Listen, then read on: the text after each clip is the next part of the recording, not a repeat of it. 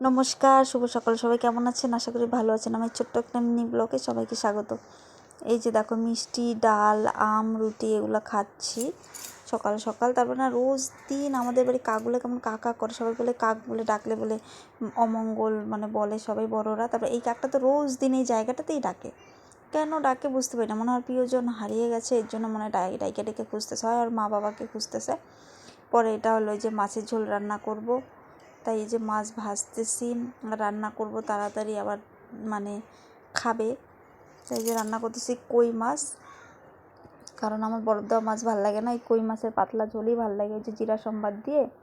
পরে যে পাতলা ঝোল রান্না করব আলু বেগুন দিয়ে, তা রান্না করতেছি, তোমাদের সঙ্গে একটু শেয়ার করলাম আমার রান্নাটা। তোমরা কে কেমন খাও, মানে তাজা মাছ কমেন্ট করে জানিও। আমি তো ভালো লাগে না পেঁয়াজ দিয়ে, আমি যে পাতলা ঝোলই বানাই।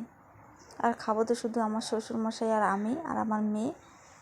তা আমার শ্বশুরমশাই তো এক টাইম খায়, শুধু দুপুরে খাবে, তাই যে অল্প করেই রান্না করতেছি। কারণ রান্না করে কি ফালাবো? আর যেই জিনিসের দাম, এখানে তো সব জিনিস কিনা, আমরা জলটাও পর্যন্ত কিনা খাই। হয়তো তোমরা বিশ্বাস করবে কিনা, তোমরা হয়তো বিশ্বাস করবে না, আমরা জলটাও মনে হয় কিনা, আমাদের স্নানের জল, মানে সব কিছু জলও কিনা আমাদের।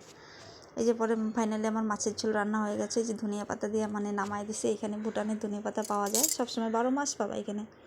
পরে যে খাইতে বসছি, এই যে দেখো, ডাল ডাল শুকনো শুকনো, এই যে মাছের ঝোল, আর যে করলা ভাজা, আর আমি আচার তো খাবো, আচার ছাড়া আমার ভাত হয় না, খাওয়া মানে ভালোই লাগে না।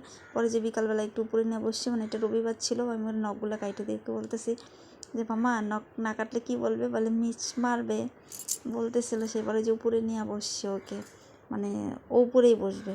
পরে যে উপরে নিয়ে ওই যে নখগুলো কাইটে দেবো, সবচেয়ে ভদ্রভাবে বসেছিল। আমার মেয়ে এমনিও ভদ্র, নখ কাটতে দেয় সেই সুন্দর। কেমন লাগলো মিনি ব্লগটা কমেন্টে জানিও।